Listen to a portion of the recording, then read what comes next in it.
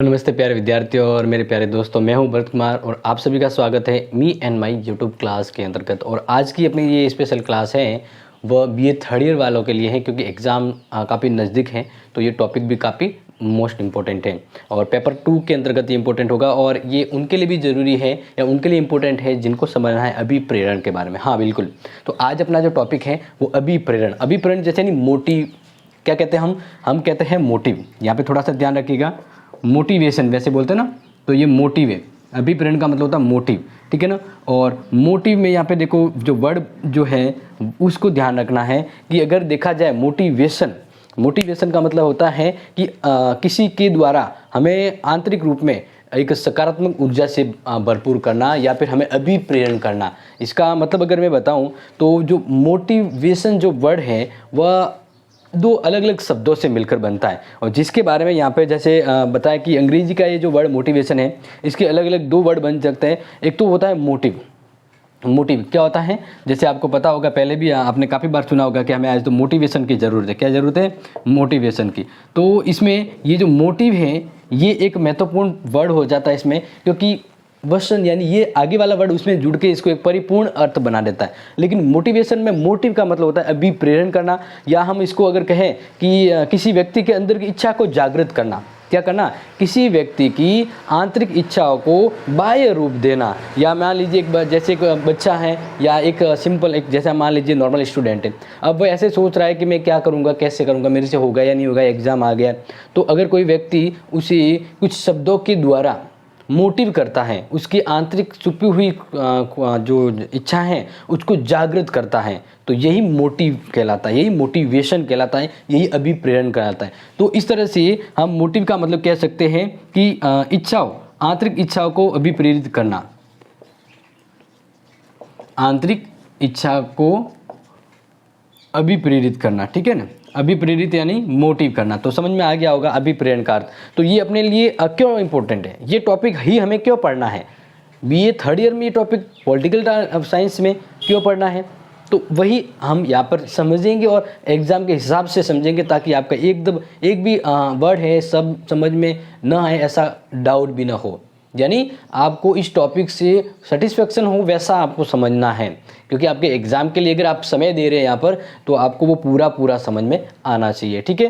तो अब यहाँ पर जैसे बात करते हैं तो आपको पता होगा आपका पेपर जो है वो है लोक प्रशासन जो टॉपिक अपना जो पेपर है इसके अंदर ये चैप्टर है। तो इसके अंदर ये अभिप्रेरण इसलिए है क्योंकि लोक प्रशासन में जो भी लोग मतलब जो कहते हैं नौकरशाह जो होते हैं, नौकरशाह जैसे हम बात करें, एक गवर्नमेंट जैसे सरकार काम करती है तो वो अकेली नहीं करती, उसके नीचे काफ़ी विभाग होते हैं। तो विभागों के अंदर मंत्री होते हैं और मंत्री इन विभागों के में अंदर जो काम करवाते हैं वो सरकारी कर्मचारियों के द्वारा करवाते हैं। वो अधिकारी जो स्थायी होते हैं, परमानेंट होते हैं, उनको या उनके द्वारा वो काम करवाया जाता है। तो वो अधिकारी जो हैं वे अपने अधीनस्थ अधिकारियों से हो या वे उनके अधीनस्थ अधिकारियों से या इसके सुपर अधिकारियों से हो, तो कैसे काम लेना है, कैसे मोटिव करना है, कैसे एक संस्था का उद्देश्य पूरा करना है, तो ये मोटिवेशन के लिए ज़रूरी है। क्योंकि अगर मान लीजिए 100 जने हैं लेकिन उनकी इच्छा मर गई है काम करने की, तो वो काम नहीं होता है। लेकिन अगर 2 जने भी पूरी इच्छा से मोटिवेशन से काम करते हो, 100 जनों से भी आगे चले जाते हैं। तो मोटिवेशन जरूरी है किसी भी संस्था में, उसकी संस्था के उद्देश्यों को सफल और सक्षम बनाने के लिए। समझ में आ गया होगा। तो ये मोटिवेशन यानी अभिप्रेरण टॉपिक इसलिए ज़रूरी है क्योंकि लोक प्रशासन को अगर आपको समझना है तो मोटिवेशन को भी समझना होगा, क्योंकि मोटिवेशन के द्वारा लोक प्रशासन को जो प्रभावशाली और कार्यशील बनाया जा सकता है। क्योंकि लोक प्रशासन का उद्देश्य ही लोगों के हित के लिए है, तो उसके अंदर कार्य करने वाले जो भी व्यक्ति होते हैं उसको अभिप्रेरित करना होता है, ठीक है, मोटिव करना होता है, ताकि लोक प्रशासन का उद्देश्य सफल हो पाए। तो अब यहाँ पर मैं बता रहा हूँ कि एक परिभाषा दी गई है जूसियस एंड स्लेडर ने। क्या कहा है? अभिप्रेरण किसी को इच्छित कार्य करने के लिए प्रोत्साहित करना, किसी को इच्छित कार्य यानी इच्छा का कार्य करने के लिए प्रोत्साहित करना। मन ही मन बेटा सोच रहा है क्या मैं ये काम करूं या ना करूं, क्या मुझे काम हुआ या नहीं हुआ। तो इस तरह से उस व्यक्ति की इन इच्छाओं को आगे लाना ही मोटिवेशन कहलाता है, मोटिव कहलाता है, अभिप्रेरण कहलाता है। तो समझ में आ गया होगा आपको, बहुत अच्छा। तो इस तरह से अगर देखा जाए तो ये अभिप्रेरण क्यों किया जाता है, जनरली तो आपको थोड़ा बहुत तो आंसर आ गया होगा कि अभिप्रेरण क्यों किया जाता है, मोटिवेशन क्यों दिया जाता है। तो इसके कुछ उद्देश्य होते हैं, कुछ महत्व होते हैं, तो वो मैंने यहाँ पे देखो पहले ही नोट कर रखे हैं ताकि आप साथ साथ में समझते हुए नोट भी कर सकें। हम पहला समझते हैं, देखिए पहला क्या लिखा है, कर्मचारियों को प्रोत्साहित करके उनका मनोबल बढ़ाना। क्या करना, मनोबल, यानी जो भी सरकारी कर्मचारी या जिस भी एजेंसी में, प्राइवेट एजेंसी या जहाँ पर भी हो, जो कर्मचारी हैं वो जो काम कर रहे हैं उनके काम को दुगनी रफ्तार और एक अच्छे प्रतिफल के रूप में प्राप्त करना, कार्य में गुणवत्ता प्राप्त करने के लिए उनको मोटिवेट करना। कहते ना, अरे हाँ यार बढ़िया, तो बहुत बढ़िया काम कर रहा है, वास्तव में यार तुम्हें देख के तो दूसरे भी काम करना सीख जाए, तुम्हें तो बहुत अच्छा काम आता है, तुम्हारा काम तो बहुत ही टैलेंटेड, बहुत ही अच्छा है, तुमने ही तो हमारी कंपनी में 4 सांध लगाए हैं, अरे यार तुम नहीं होते तो हमारी कंपनी का क्या होता। तो इस तरह से हम फिर कहेंगे, अरे यार तुम्हारा इस काम को देख के तो मन कर रहा है कि तुम्हें अगली बार एनुअल फंक्शन पे सम्मानित कर दिया जाए। तो इस तरह से अगर हम किसी व्यक्ति को मोटिव करते हैं तो वो व्यक्ति में काम करने की इच्छा जागृत होती है। क्या होती है, काम करने की इच्छा जागृत होती है। अब मोटिवेशन अलग अलग प्रकार से, अलग अलग तरह से दिया जाता है, लेकिन एक तरह से आप देखेगा ये किसी भी व्यक्ति के साइकोलॉजी फैक्टर को चेंज करना, उनके मनोदशा या मानसिक जो दशा है, मनो इच्छा है, उसको प्रभावित करना, उसको इतना मोटिव करना कि वो व्यक्ति और ज़्यादा एक्साइटमेंट होकर, प्रभावित होकर, प्रोत्साहित होकर काम करे। तो वो यहाँ पे क्या है, कर्मचारियों को प्रोत्साहित करके उसके मनोबल को बढ़ाना हो गया। ठीक है, दूसरा जो हम बात कर रहे हैं, कर्मचारियों से स्वैच्छिक यानी उनकी इच्छा से सहयोग प्राप्त करना। एक तो होता है कि सिस्टम में होता है कि कर्मचारी सहयोग करेंगे, ठीक है, या कभी नहीं भी कर सकते, कभी कंपनी की नीतियाँ ऐसी हो कि कोई कर्मचारी है वो टूट जाता है। तो अब उस संस्था में जो भी प्रबंधक होता है उसमें ये टैलेंटेड होना चाहिए, उसमें ये दक्षता होनी चाहिए कि मुझे मेरे कर्मचारियों से कैसे सहयोग लेना है, मैं कैसी एक रणनीति, कैसा एक मोटिवेशन एनवायरनमेंट बनाऊं कि जो मेरे कर्मचारी गण है वह स्व इच्छा से आगे होकर मेरे लिए काम करें। तो इस तरह से मोटिवेशन का ये उद्देश्य होता है कि जो भी कर्मचारी गण होते हैं वह अपनी खुद की इच्छा से पर संस्था में सहयोग करे। तो ये मोटिवेशन के यानी यही उद्देश्य होता है मोटिवेशन का कि जो भी कर्मचारी है वह उस पेमेंट के अलावा, जैसे जो पेमेंट दिया जाता है उस अकॉर्डिंग तो वो काम कर रहे हैं, लेकिन उससे भी ज़्यादा काम करे। तो कब करेंगे, जब वो उस संस्था को अपना मानेंगे। अपना कब मानेंगे, जब उसका प्रबंधक और मैनेजमेंट बहुत बढ़िया हो और उसको मोटिव करने की इच्छा हो। ठीक है, नेक्स्ट है कर्मचारियों की कार्य क्षमता। देखिए इसके अलावा मोटिवेशन का, अभिप्रेरण का क्या उद्देश्य होता है, जो भी कर्मचारी होते हैं उसके कार्य क्षमता को बढ़ाना। अगर किसी कंपनी में लोगों को वहाँ पे मोटिवेशन नहीं मिलता है बातों से या कुछ पैसे देके, अगर मोटिवेशन नहीं मिलता, कर्मचारी ऐसे ही कर रहे हैं, तो एक कर्मचारी मान लीजिए अगर टाइपिंग 1 घंटे में 1 पेज ही करता है तो 1 पेज ही करेगा, लेकिन उनको मोटिवेशन दिया जाए, उनको सकारात्मक माहौल दिया जाए तो वह 1 घंटे में 5 पेज प्रिंट करेगा या मतलब टाइप करेगा। तो यहाँ पर क्या हुआ, कर्मचारियों की कार्य क्षमता को बढ़ाया हमने। ठीक है, इसके अलावा उसकी मनोबल को भी बढ़ाया, क्योंकि कार्य क्षमता और मनोबल फिर दोनों में क्या करना होता है, बैलेंस करना होता है। तो कार्य क्षमता और मनोबल में बैलेंस करने के लिए भी हमें क्या करते हैं, मोटिव करते हैं, अभिप्रेरण करते हैं। तो ये उद्देश्य होगा। और ये एक तरह से महत्व में भी यही आएगा, महत्व में भी थोड़ा सा फर्क है कि क्यों अभिप्रेरण का क्या महत्व है, तो ये चीज़ें इंपॉर्टेंट होती है महत्व के अंतर्गत भी। इसके अलावा चौथा पॉइंट कि अभिप्रेरण से क्या है, मधुर श्रम संबंध स्थापित करना, यानी कार्य के प्रति लगाव उत्पन्न करने के लिए अभिप्रेरण किया जाता है। और अब बात करें ये मोटिवेशन का क्या महत्व है, तो मोटिवेशन के द्वारा किसी भी संस्था के उद्देश्यों को पूरा किया जा सकता है, कर्मचारियों की गुणवत्ता और क्षमता में बढ़ोतरी की जा सकती है, और इस तरह से एक कंपनी में सहयोग प्राप्त करने के लिए, कंपनी को सपोर्टिव और अपने लक्ष्य को पूर्णतः सफल प्राप्त करने के लिए, समय से पूर्व अपने लक्ष्य को प्राप्त करने के लिए ये मोटिवेशन जरूरी होता है। आपको पता ही होगा। अब मोटिवेशन का क्या महत्व है, ये तो आपको मतलब एक तरह से बिल्कुल सिंपल वाला प्रश्न आ गया कि मोटिवेशन से क्या महत्व है या मोटिवेशन का क्या महत्व है। तो बिना मोटिवेशन के कुछ चीज़ है वो एक सकारात्मक रूप में नहीं हो पाती, एक उसका यथासंभव रिजल्ट भी नहीं आ पाता। तो मोटिवेशन तो इसका महत्व काफ़ी होता है, जिंदगी में, आम जीवन में हो या कंपनी में किसी कर्मचारी के लिए हो। अब बात करते हैं, ये क्लियर हो गया। अब यहाँ से अपना प्रश्न बनेगा कि ये ये अभिप्रेरण जो है, यानी ये जो मैं एक सिंपल बताऊँ ना कि अभिप्रेरण को बार बार थोड़ा अटपटा लग रहा है, तो हम इसको ऐसा नाम बोल सकते हैं मोटिवेशन। क्या बोल सकते हैं हम इसको? मोटिवेशन बोलेंगे, ठीक है। तो मोटिवेशन के क्या प्रकार है? Type of motivation. तो जैसा कि मैंने यहाँ पे लिखे हैं मोटिवेशन के प्रकार के बारे में। अब ये जो मोटिवेशन के जो प्रकार हैं इसको थोड़ा सा हम समझते हैं। तो मोटिवेशन के प्रकार को आप समझिएगा, काफ़ी इंपॉर्टेंट यहाँ पर मैं आपको समझाने वाला हूँ कि मोटिवेशन का पहला प्रकार है धनात्मक अथवा सकारात्मक मोटिवेशन। अब यहाँ पर ये होता है सकारात्मक धनात्मक दोनों एक ही हैं। अब यहाँ पर मोटिवेशन का मतलब होता है कि किसी को किसी कार्य के प्रति पॉजिटिव फीडबैक देना। हाँ भाई, तू तो बहुत बढ़िया कर रहा है यार, तेरा जैसा काम तो सब कंपनी वाले करे तो कंपनी में सभी को डबल डबल बोनस मिल जाएगा, तुम्हारा तो बोनस पक्का है। जिस तरह से तू काम कर रहा है तो इस तरह से उसे अपने कार्य को करने की और इच्छा होती है, क्योंकि उसको मोटिव मिलता है। तो एक ऐसा मोटिवेशन जो उसको सकारात्मक मोटिवेशन दे, जो उसको पॉजिटिव रिएक्शन या पॉजिटिव सोच पैदा करे। अब इसके जरिए जैसे मैं थोड़ा सा बताऊं कि ये जो है सकारात्मक मोटिवेशन ये कैसे दिया जाता है। हो सकता है कि किसी कंपनी के द्वारा उसे नकद पारिश्रमिक दिया जाए। क्या दें? पारिश्रमिक, मतलब समझ आ रहा ना, पैसे देकर भी सम्मानित किया जा सकता है कि हाँ आज हमारे इस जो कंपनी के इस अधिकारी ने अपना टारगेट पूरा किया था, इसको इस स्वरूप में हम पार्टी देते हैं। तो इस तरह से पैसे देना भी हुआ, नगद पारिश्रमिक भी हुआ, या हम कहें कुशल और योग्य कर्मचारी के विषय में उनको सम्मान और पदोन्नति देना।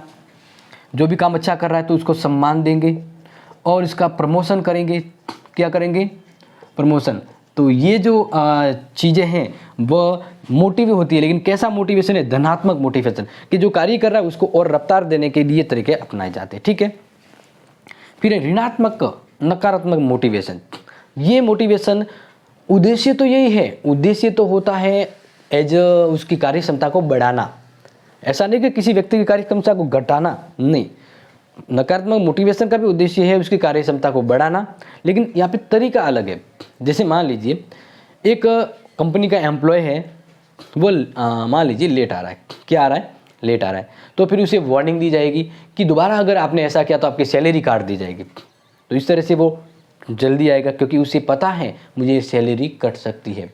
इसके अलावा बात करें, एक कर्मचारी लेट फितली या लेट का होकर काम करता है, या उसका काम करने का तरीका बहुत ढीला है, तो हम कहेंगे कि आपको ये काम इतने घंटे में करना है, अगर नहीं किया तो आज आपकी सैलरी है वो आधी हो जाएगी।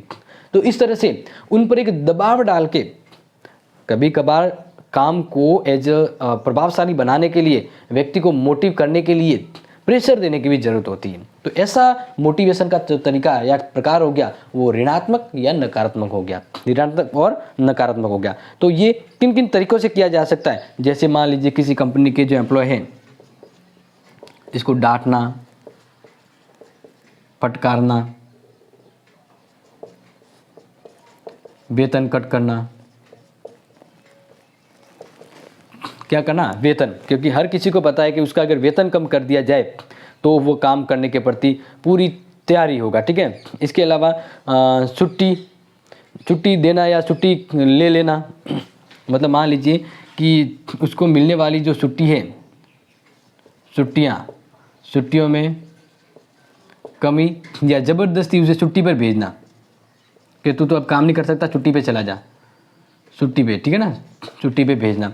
तो ये जो तरीके जो मैंने आपको यहाँ पे बताए वो तरीके हैं ऋणात्मक या नकारात्मक मोटिवेशन के। तो आई होप आपको समझ में आ गया होगा। तो बढ़ते हैं तीसरे की ओर।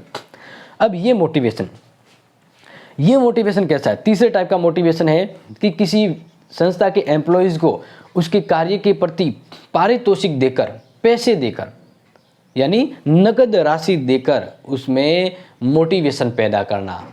भाई साहब आपने तो बहुत बढ़िया काम किया, आज तो आपको बराबर पार्टी के हकदार हैं, आज तो आपको बोनस मिलेगा।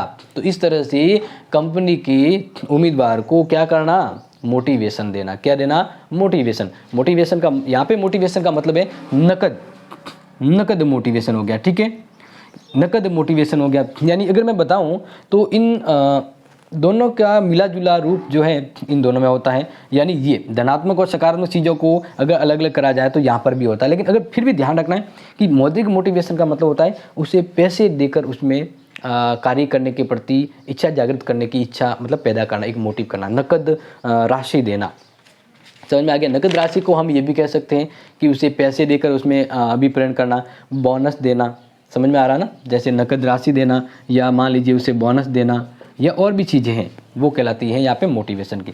अब बात करते हैं अमौद्रिक अभिप्रेरण क्या हो गया।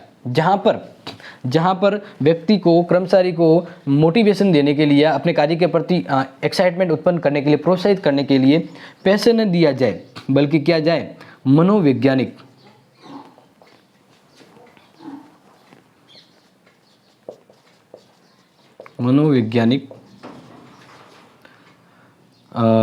प्रोत्साहन देना। क्या देना, मनोवैज्ञानिक प्रोत्साहन। अब मनोवैज्ञानिक प्रोत्साहन का मतलब है उसे सम्मान प्रदान करना। क्या करना, सम्मान, उससे सम्मान देना, ठीक है। उसके कार्यों की प्रशंसा करना,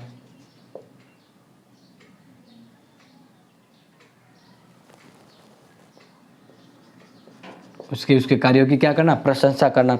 तो इस तरह का जो मोटिवेशन जो होता है वो हो गया अमौद्रिक, यानी बिना पैसों का, ठीक है, समझ आ गया। या उससे उसके कार्य के प्रति उसकी सिक्योरिटी प्रदान करना, या उसे उसके कार्यों के प्रति कहना कि यार तुमने बहुत श्रेष्ठ कार्य किया। तो इस तरह से उन्हें बातों में सम्मान के जरिए किसी भी तरह से मोटिव करना, पैसों का नहीं। तो ये मोटिवेशन के प्रकार हो गए, ये समझ में आ गए। अब हम बात करते हैं कि मोटिवेशन की टेक्निक क्या है, मेथड क्या है। मोटिवेशन को मतलब मोटिवेशन किया जाता है तो इनके कुछ मेथड क्या है, तकनीकी, तो वो समझ लेते हैं। तो ये अगर आपको समझ में आया तो बिल्कुल पूरा ध्यान रखिएगा कि आने वाला जो भी मैं बताने वाला हूँ वो काफ़ी फर्स्ट क्लास होगा, काफ़ी इम्पोर्टेंट होगा, तो इसको थोड़ा ध्यान रखिएगा।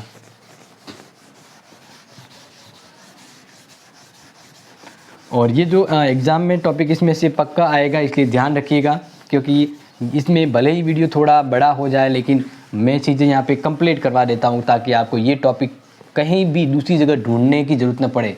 आपकी जो बुक है इस टॉपिक से वो यहीं पे पूरी हो जाए, ठीक है। तो वही मेरा उद्देश्य है। तो अभिप्रेरण की विधियाँ या तकनीकी,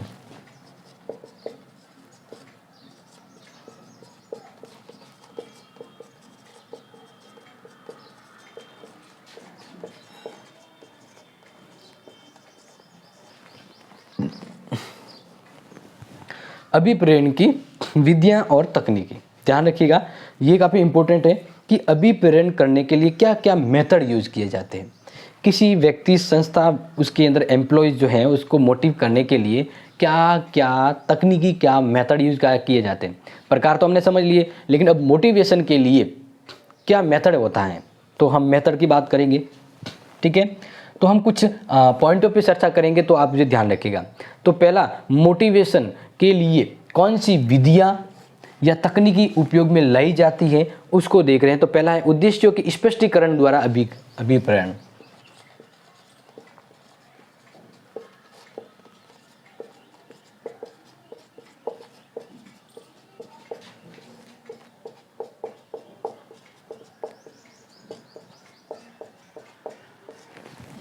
अब देखिए, पहला तो मोटिवेशन का मेथड होता है कि अपने जैसे जहाँ पर भी एम्प्लॉयज़ काम कर रहे हैं एक मैनेजमेंट, एक कंपनी के अंदर, तो वहाँ पे जो प्रबंधक होता है, जो मैनेजमेंट करने वाला होता है, ठीक है ना, जो व्यवस्थापक होता है, उसे अब फर्स्ट ऑफ ऑल सबसे पहले अपने कर्मचारियों को अपने कंपनी के उद्देश्य को स्पष्ट करना चाहिए कि हमारा कंपनी का उद्देश्य ये है। तो हम सब मिलकर एज एक रॉयल फैमिली समझकर अपने इस उद्देश्य को पूरा करेंगे। तो उनको इंटरनली सपोर्ट लेना, ताकि वे कार्य के प्रति दृढ़ होकर, निश्चित होकर और साथ में रहकर काम करें। तो सबसे पहले मोटिवेशन लाने का जो मेथड होता है कि एक कंपनी के अंदर कर्मचारियों को ये स्पष्ट क्लियर होना चाहिए कि इस कंपनी का उद्देश्य क्या है। और यही एक बहुत मेन कारण होता है, क्योंकि अगर कंपनी अपने उद्देश्य स्पष्ट नहीं कर पाती तो वहाँ पर कर्मचारियों के मध्य मतभेद हो जाता है। कुछ कर्मचारी खफा हो जाते हैं, कुछ कर्मचारी मन से इच्छा से काम नहीं कर पाते। क्यों? क्योंकि वहाँ पे मैनेजमेंट है, वो मैनेजमेंट सही मैनेज नहीं कर पाता और कर्मचारी को स्पष्ट उद्देश्य नहीं दे पाता, तो उसका लगाव उससे कम हो जाता है। समझ में आ गया? बात करते हैं मोटिवेशन की और क्या मेथड है। मोटिवेशन है वो किन तरह से एक मोटिव पैदा करता है। तो दूसरा है कुशल नेतृत्व द्वारा अभिप्रेरण।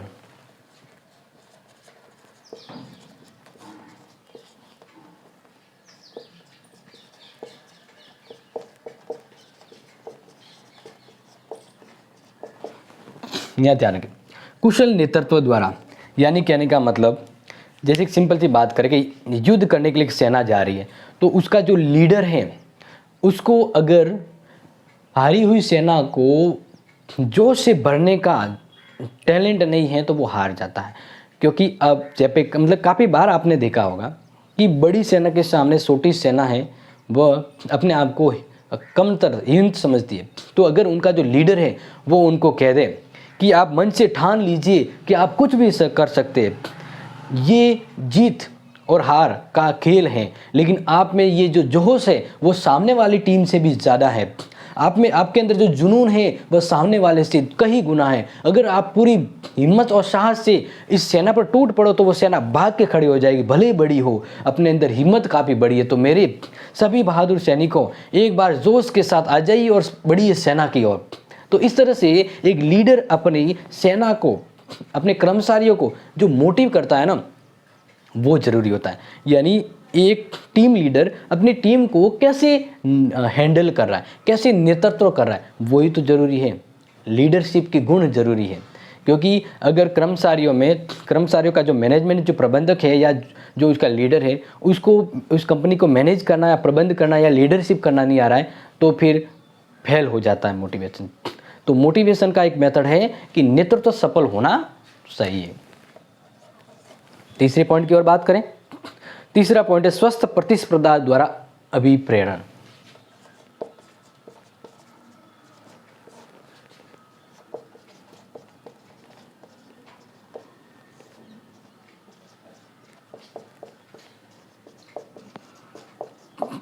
अब देखिए, यानी अपने ही कर्मचारियों में क्या करना, कंपटीशन, ताकि एक कर्मचारी दूसरे कर्मचारी से बेहतर होकर काम करे। लेकिन कैसा कंपटीशन होना चाहिए? स्वस्थ कंपटीशन होना चाहिए। क्योंकि ये काफ़ी बार देखा गया है कि कर्मचारी इस कंपटीशन के चक्कर में आपस में ही दुश्मन हो जाते हैं। तो ऐसा नहीं, कंपटीशन का वातावरण कैसा होना चाहिए? स्वस्थ वातावरण होना चाहिए। क्योंकि अगर एक खिलाड़ी खेल की भावना से खेले तो खेल और खेल से जुड़े सभी नियम सही से फॉलो होते हैं और रिजल्ट सकारात्मक आता है। तो कंपनी के अंदर भले ही कंपटीशन हो एक कर्मचारी का दूसरे के ऊपर, लेकिन अंततः उद्देश्य होना चाहिए कंपनी का भला। तो इस तरह से देखा जाए तो यहाँ पर यही कहूँगा कि एक प्रबंधक अन्य संस्थाओं के साथ स्वस्थ प्रतिस्पर्धा की भावना पैदा करे और कर्मचारियों और सभी कर्मचारी के संस्था के अंतर्गत जो कर्मचारी है उसको मोटिव करे। उनका उद्देश्य होना चाहिए कि हम सब मिलकर एक कंपटीशन की भावना से इसमें काम करें। तो कंपटीशन का माहौल है तो उसमें कंपटीशन स्वस्थ कंपटीशन होना चाहिए, घृणा तनाव वाला कंपटीशन नहीं होना चाहिए, वरना मोटिवेशन उल्टा रिएक्ट होगा। तो मोटिवेशन का नेक्स्ट मेथड होगा स्वस्थ प्रतिस्पर्धा बनाए रखना। इसके अलावा नेक्स्ट बात करें तो सहकारिता द्वारा अभिप्रेरण।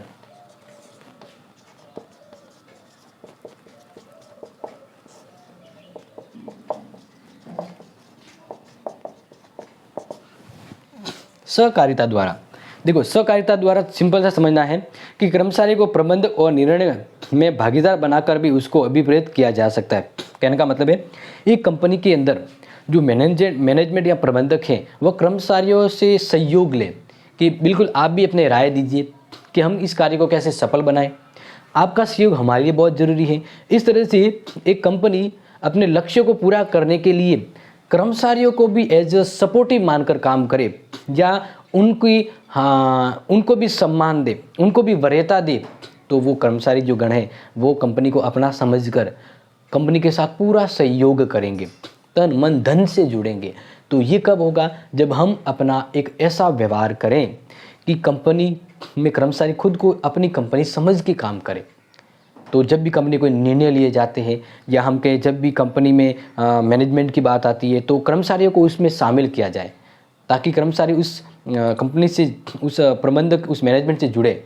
कहीं पर भी हो, अगर गवर्नमेंट एम्प्लॉयज़ हो तो उनको भी अगर उनके कामों के प्रति, उनके मैनेजमेंट में भी उनको सहयोग दिया जाए तो ये मेथड सफल होता है। और इससे मैनेजमेंट बढ़िया होगा, लेकिन उस व्यक्तियों में मोटिवेशन काफ़ी ज़्यादा होता है और काम काफ़ी अच्छा सकारात्मक होता है। इसके अलावा बात करते हैं 5th नंबर पॉइंट, चुनौती द्वारा अभिप्रेरण।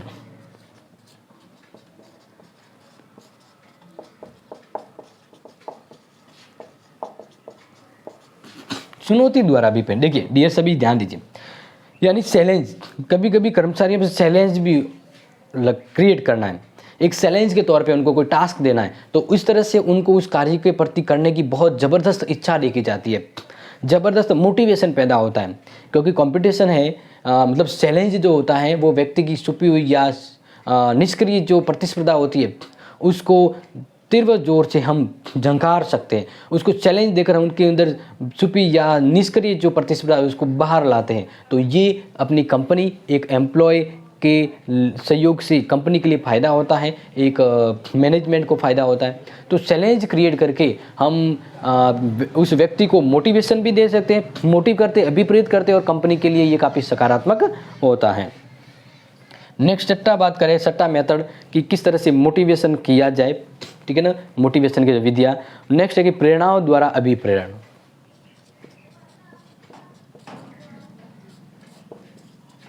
प्रेरणाओं द्वारा अभिप्रेरण, देखिए ये कैसे, तो कर्मचारी को मौद्रिक या अमौद्रिक, कर्मचारियों को पैसे, सम्मान, प्रमोशन इस तरह से देकर भी किसी भी संस्था, विभाग या कंपनी के अंदर कर्मचारियों को मोटिवेशन दिया जा सकता है। तो मोटिवेशन करने की विधि, तकनीकी, मेथड एंड टेक्निक को मैंने यहाँ पर बताया कि हम मोटिवेशन के लिए किन किन मेथड का यूज कर सकते हैं। तो क्या मेरे प्यारे प्यारे विद्यार्थियों और मेरे साथियों समझ में आ गया ये? तो अब हम आगे बढ़ते हैं नेक्स्ट।